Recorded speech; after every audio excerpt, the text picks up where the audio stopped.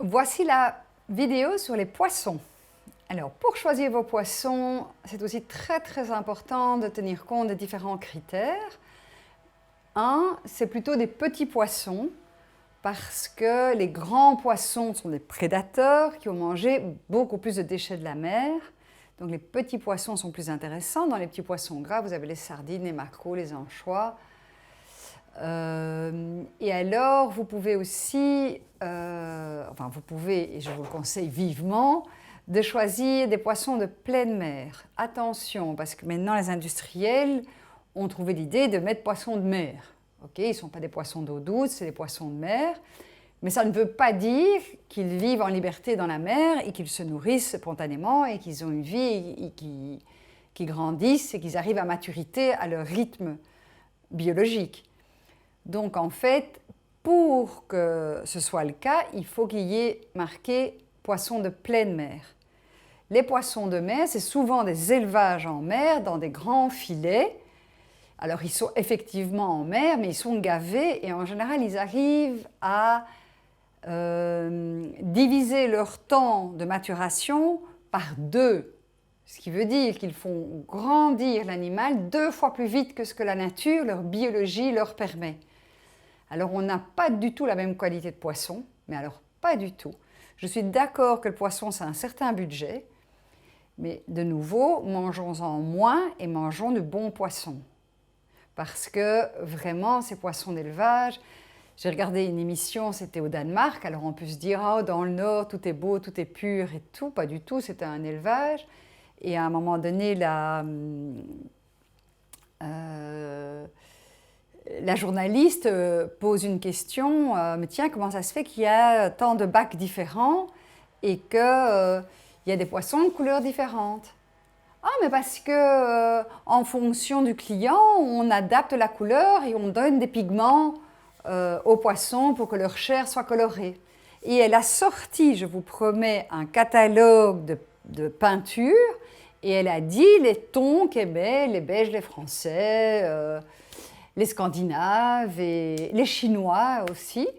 Et par exemple, un autre truc pour savoir si un poisson est bien ferme et que le poisson a pu grandir à son rythme, c'est que si vous prenez une fine tranche de poisson, eh bien vous allez voir tous des petits trous parce que la chair n'est pas bien ferme.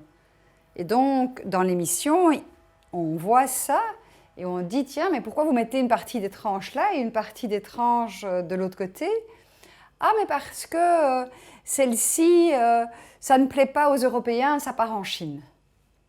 Et c'était effectivement des poissons qui arrivent à maturation encore plus vite. Donc il y a quand même une certaine exigence en fonction des clients, mais il n'y a pas d'éthique dans la façon de travailler. Et il n'y a sûrement pas d'éthique dans le bien-être animal.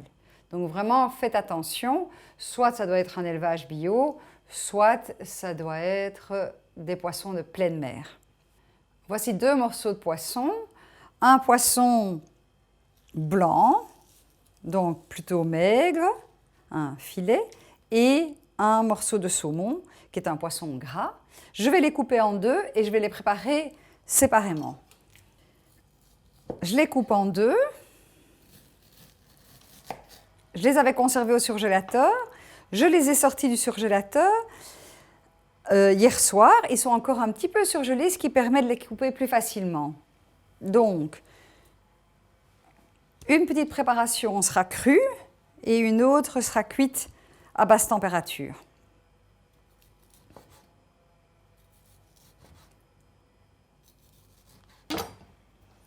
Maintenant, je vais le disposer dans le plat.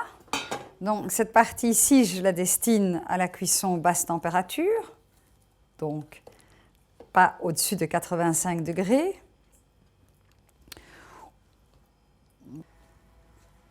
Voilà, je distribue joliment.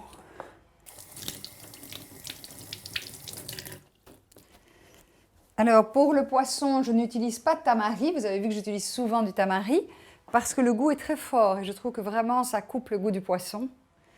Donc je vais plutôt mettre un petit peu de sel aux herbes.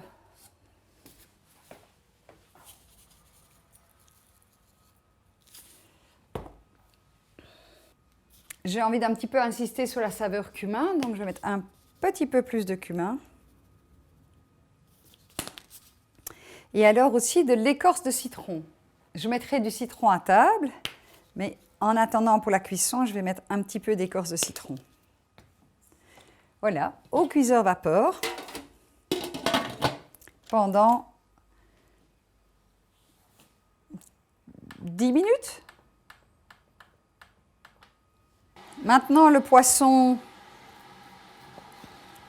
cru. Et en fait, il ne sera pas tout à fait cru parce que finalement, il va mariner dans du citron. Et c'est le citron, l'acidité du citron qui va cuire sans température le poisson. Et là, c'est vraiment magique. Vous conservez toutes les propriétés des bons oméga 3 que vous trouvez dans le saumon.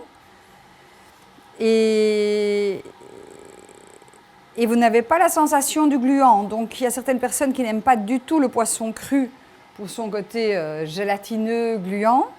Et vous n'aurez pas du tout, vous aurez vraiment la même texture qu'un poisson cuit. La seule chose, c'est qu'il faut y penser un petit peu à l'avance. En général, quand on le mange pour le petit déjeuner, on le fait la veille au soir. Vous coupez tous vos petits morceaux de poisson, vous mélangez des poissons différents si vous aimez les petits mélanges, et vous mettez ça dans des pots en verre. Les pots en verre, vous les surgelez. Et comme ça, au moment même, vous avez juste à assaisonner, à mettre le citron, et c'est prêt pour le repas.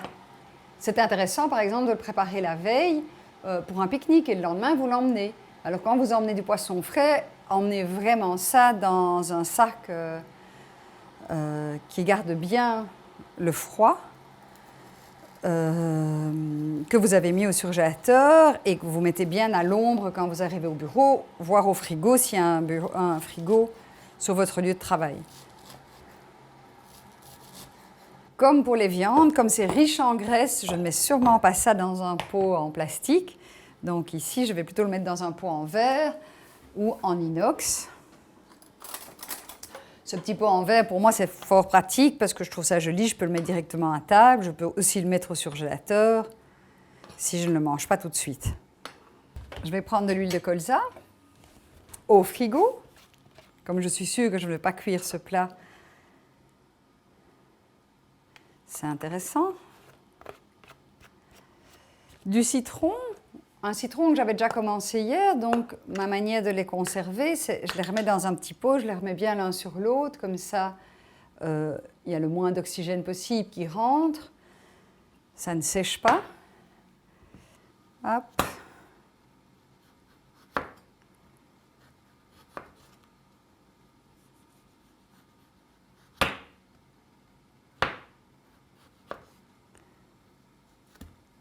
Je vais récupérer le zeste du citron. Je ne le faites pas si vous n'avez pas acheté vos citrons bio, mais s'ils sont bio, vous pouvez récupérer les zestes qui donnent un petit goût parfumé délicieux. Vous pouvez faire ça avec tous les agrumes. Alors moi, je ne suis pas très agrume parce qu'en général, ça vient de loin, les mandarines, oranges, donc je ne les recommande pas souvent. Mais occasionnellement, quand c'est la saison, dans les petits poissons, la mandarine, c'est absolument délicieux. Autant le jus que le zeste. Ici, je vais le couper vraiment finement, le zeste.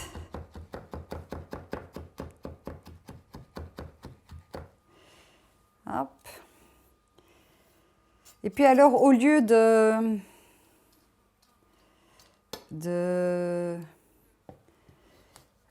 faire un jus de citron, je vais prendre vraiment toute la chair du citron parce que les petites peaux dans chaque quartier est riche en flavonoïdes et aussi parce que les petits pépins, finalement, si on les coupe finement, ils sont riches en antibiotiques naturels. Donc, voilà, je récupère la chair du citron, je mets au compost le reste. Je garde bien le petit pépin.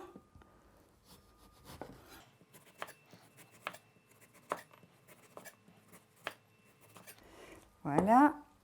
Hop. Alors, je coupe la chair.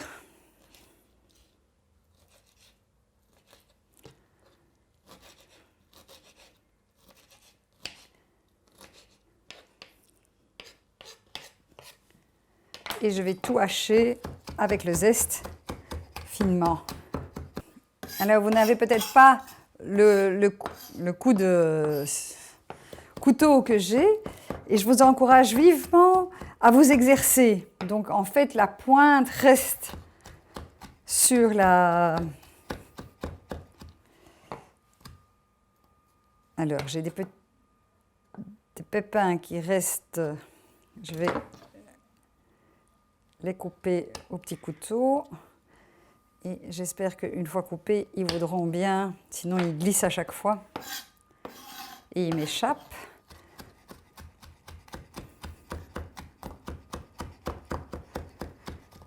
Alors, les flavonoïdes qu'on trouve dans les peaux, ce sont des antioxydants. Et les antioxydants, c'est vraiment des protecteurs de nos cellules. Je mélange bien. J'essaie vraiment que tous les morceaux de poisson soient en contact avec le citron.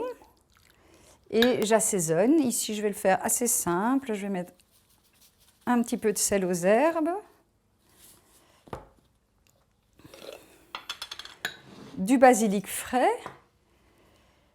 quelques noix de cajou que j'avais fait tremper, qui sont réhydratées, et quelques algues. En fait, ceci sont des algues nori en paillettes, et donc elles sont directement disponibles. Elles vont simplement se réhydrater en contact avec les poissons.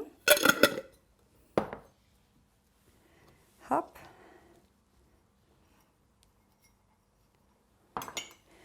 Je ne mets pas d'épices ici avec le poisson pour vraiment garder le goût du poisson. Juste un peu d'herbe fraîche.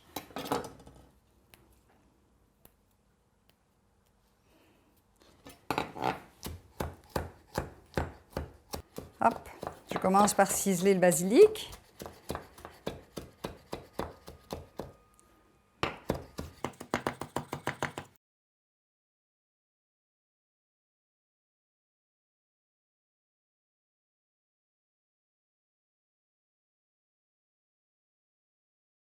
Et voilà une excellente source de bonne graisse et de bonnes protéines.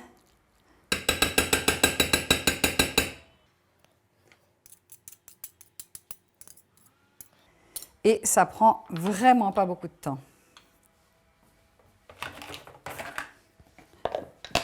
Voilà, c'est prêt. Je vous encourage à manger du poisson, d'alterner viande et poisson. Et voilà, 2 fois par semaine du poisson, 2 fois par semaine de la viande, et puis 3 jours végétariens par exemple. Ça, c'est pas mal.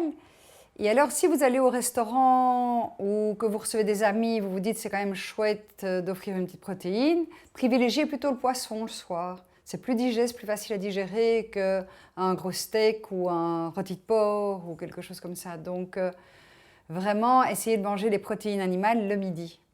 C'est pour ça que des petits plats comme ça, vous pouvez les emporter avec vous. Vous mettez une petite julienne de légumes, vous fermez la boîte et puis vous le mangez. Alors, le gros problème, c'est qu'effectivement, si sur votre lieu de travail, il y a juste un micro-ondes, c'est un petit peu dommage de réchauffer un bon poisson au micro-ondes.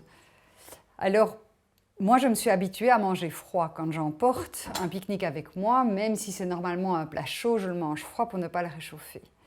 Alors, si vous avez des bonnes relations avec votre patron ou que vous êtes votre propre patron, je vous encourage vivement à avoir un cuiseur vapeur électrique au bureau qui peut servir de micro-ondes sans ondes, et vous remettez au cuiseur vapeur et vous réchauffez 5 minutes. Donc vous pouvez réchauffer aussi à la vapeur. Voilà, je vous souhaite un bon appétit.